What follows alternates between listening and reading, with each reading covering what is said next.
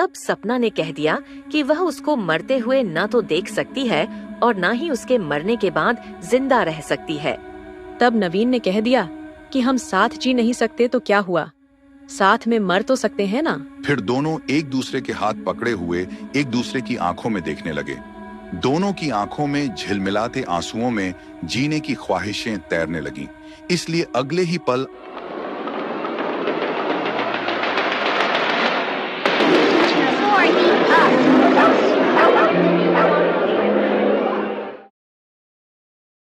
दोस्तों, आज हमारे साथ एक बहुत खूबसूरत और प्यारी सी गेस्ट एंकर है। इसीलिए आज की सच्ची घटना भी दो सच्चे प्यार करने वालों पर आधारित है। लेकिन गौर से सुनिएगा क्योंकि यह बहुत ही हृदय विदारक है। दोस्तों, ये कभी नहीं सुधरेंगे। सीरियस बात में भी सस्पेंस या मजाक का तड़का लगा ही देते हैं। इनको समझना मुश्किल ही नहीं बल्कि नामुमकिन है। दोस्तों, बिल्कुल सही कहा वंदना जी ने। कुछ लोगों को समझना वाकई मुश्किल है, खासकर औरतों को। अब हम औरतों ने क्या बिगाड़ा है आपका? बताता हूँ दोस्तों। हमारी आज की गेस्ट एंकर जितनी खूबसूरत है उससे कहीं ज्यादा स्मार्ट है। एक बार इनकी तबीयत खराब हो गई। ऑपरेशन थिएटर में इनके हस्बैंड, डॉक्टर और दो खूबसूरत नर्सेज थीं। डॉक्टर ने इन्हें बेहोशी की दवा खिलाई मगर इन पर कोई असर नहीं हुआ। डॉक्टर और नर्सेज टेंशन में आ गईं। तब डॉक्टर ने एनेस्थीसिया का इंजेक्शन लगाया, फिर भी ये बेहोश नहीं हुई। अंत में डॉक्टर ने इन्हें सूंघाने के लिए काफी मात्रा में क्लोरोफॉर्म निकाला। तब इन्होंने डॉक्टर से कहा, क्यों बेकार में तकलीफ उठा रहे हो? ये जो मेरे हस्बैंड आपकी नर्सेज के साथ बातें करते खड़े हैं ना, उनको बाहर निकालो, तब मैं सुकून से बेहोश हो जाऊंगी। और तब से सभी लोग सदमे में हैं। खैर, मोली जी आपका स्वागत है। राजेश जी, आपका वेलकम करने का स्टाइल भालो लाख लो। थैंक्स। मोली जी केमो नाचो। भालो अच्छी वंदना दी। दोस्तों, मोली जी कोलकाता से है। ये एक हाउसवाइफ हैं। साथ ही इन्होंने काफी सारी महिलाओं का एक ग्रुप बनाया है जो लोगों की मदद करता है और अपनी लाइफ भी खूब एंजॉय करते हैं। आप सभी को मेरा नमस्कार। दोस्तों, आज हम बहुत खुश हैं कि हमारा कोशिश सफल रहा। ये प्रोग्राम हमारे दिल के बहुत करीब है क्योंकि ये देश की जनता के लिए बहुत ही जरूरी मैसेज देता है। इस प्रोग्राम की पूरी टीम को धन्यवाद। पंचायत देशभक्तों की में हमारी पूरी टीम की तरफ से आपका और हमारे दर्शकों का बहुत बहुत स्वागत है। दोस्तों, अभी कुछ समय पहले आपने मीडिया में बिहार की एक लेडी पुलिस की दर्दनाक लव स्टोरी की खबर देखी या सुनी होगी। लेकिन आज हम जिस घटना पर बात करने जा रहे हैं वह उससे कई गुना ज्यादा दर्दनाक है। सही कहा आपने। उसके बारे में जानकर आज की जनरेशन की आंखें खुल जाएंगी। उनको समझ में आ जाएगा कि हर चमकती चीज सोना नहीं होती है। कभी कभी आँखों का देखा भी गलत हो जाता है।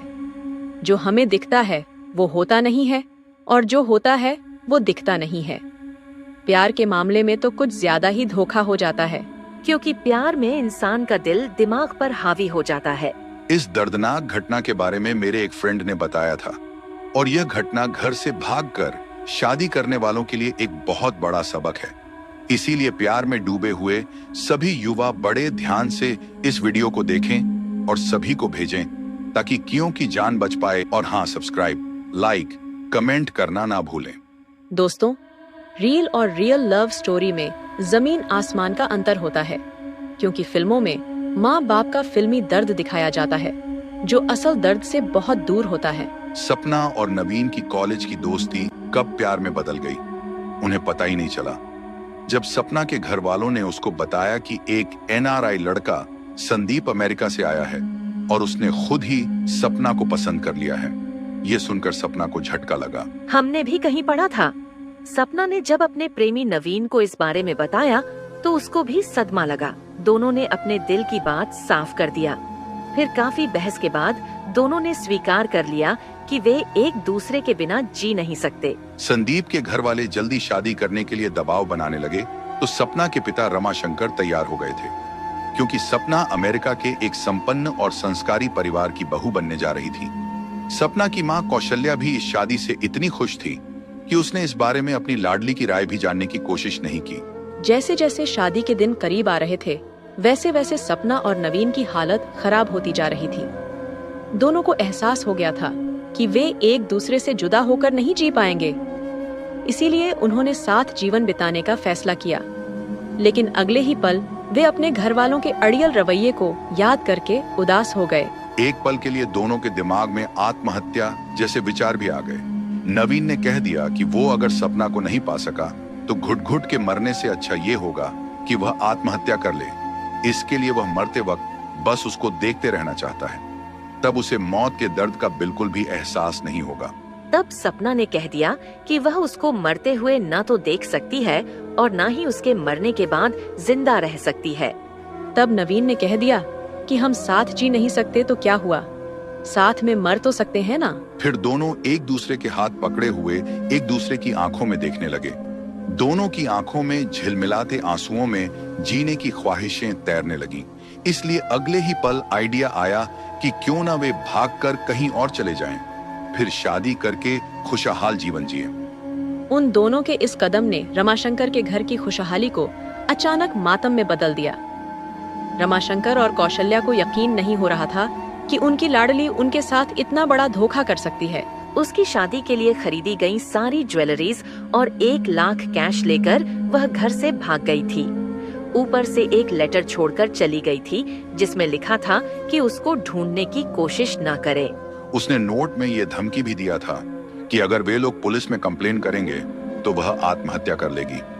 उनकी हालत तो सांप छछूंदर जैसी हो गई थी। वो ना तो पुलिस की मदद ले सकते थे और ना ही चुपचाप बैठे रह सकते थे। ऊपर से लड़के वालों और नाते रिश्तेदारों की टेंशन कि वो सपना के बारे में पूछेंगे, तब उनको क्या जवाब देंगे। यही सोच सोचकर उनका दिल बैठने लगा था। इस बात ने रमाशंकर को भीतर तक आहत कर दिया था। जिस लाडली पर उन्हें विश्वास था उसी ने उन्हें धोखा दिया। लोगों के तानों से बचने के लिए उन्होंने पत्नी के साथ आत्महत्या करने का फैसला कर लिया। कैसी विडंबना है। बेटी अपने माँ बाप की बसी बसाई दुनिया उजाड़कर अपने बॉयफ्रेंड के साथ अपनी दुनिया बसाने के सपने सजाने लगी थी। वह अपने प्यार में अंधी ही नहीं, गूंगी बेहरी भी हो गई थी।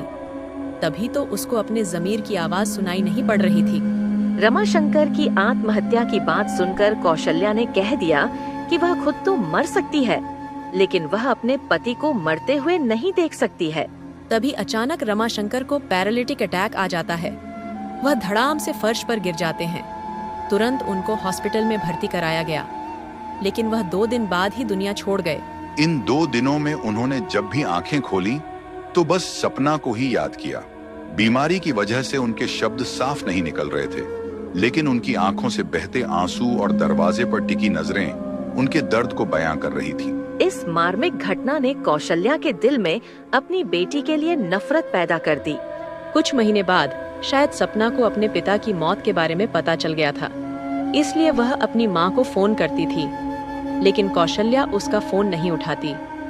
इधर वक्त ने इतने दिनों में ही सपना और नवीन के प्यार की खुमारी को ऐसा उतार दिया कि दोनों में बात बात पर झगड़े होने लगे।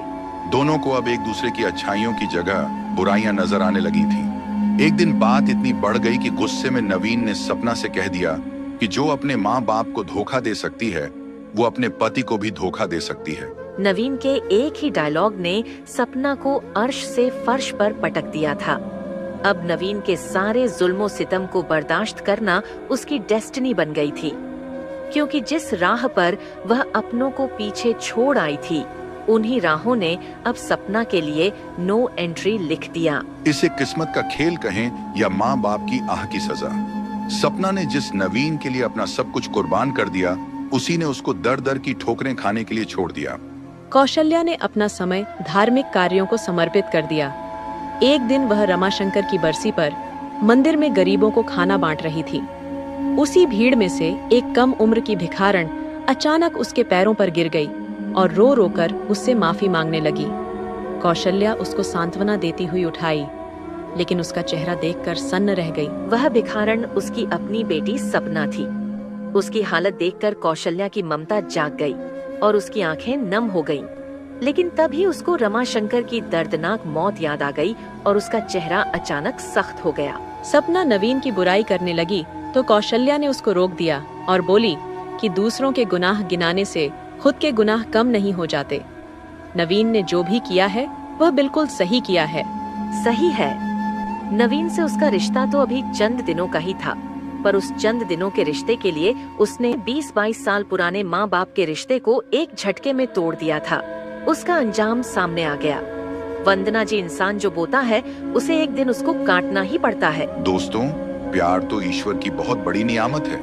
हम प्रेम विवाह के विरुद्ध नहीं हैं, लेकिन घर से भागने से पहले एक बात जरूर याद रखें। जो माँ बाप आपको जीवन देते हैं, पाल पोस कर बड़ा करते हैं, आपकी खुशियों के लिए वे अपनी खुशियां कुर्बान कर देते हैं, वे आपके दुश्मन नहीं हो सकते हैं। वे दुनिया को आपसे ज्यादा देखे होते हैं, इसलिए आप अपने जीवन के सबसे बड़े फैसलों में उनसे दूर नहीं भागें, वरना कहीं ऐसा ना हो कि आपकी लाश भी श्रद्धा मर्डर केस की तरह किसी फ्रीज या दूसरों की तरह किसी नदी नाले में मिले। दोस्तों, उससे भयावह बात यह है कि कुछ लड़कियों को तो मानव अंग तस्करों द्वारा प्रेम जाल में फंसवाया जाता है ताकि उनके अंगों को करोड़ों में बेचा जा सके। ऐसे मामलों में वे फर्जी लवर्स और तस्कर सेफ रहते हैं, क्योंकि उन्हें पता है कि भागी हुई लड़की की घर वापसी नहीं होती है। घर से भागी लड़कियों के ज्यादातर पेरेंट्स तो अपने दिल पर पत्थर रखकर भूलने की कोशिश करते हैं, लेकिन वक्त बेवक्त उनकी याद आ जाती है और उनके पुराने जख्म फिर से ताजे हो जाते हैं। वे मरते दम तक अपने बहते आंसुओं में अपने कसूर की तलाश करते रहते हैं। दोस्तों, प्यार जीने के लिए किया जाता है, मरने के लिए नहीं। इसलिए आप भी जागरूक बने और दूसरों को भी जागरूक करें। दोस्तों, आपसे बात करके बहुत अच्छा लगा। आप भी मेरी तरह इस प्रोग्राम में एक दिन का एंकर बनना चाहते हैं तो कमेंट में लिखें। धन्यवाद। दोस्तों, अगर आपके पास भी कोई इस तरह की सच्ची घटनाओं की जानकारी है तो कमेंट बॉक्स में हमें बताएं। हमारी प्रोडक्शन टीम के सदस्य आपसे संपर्क करेंगे। नमस्कार। एक कदम जनहित में। नमस्कार।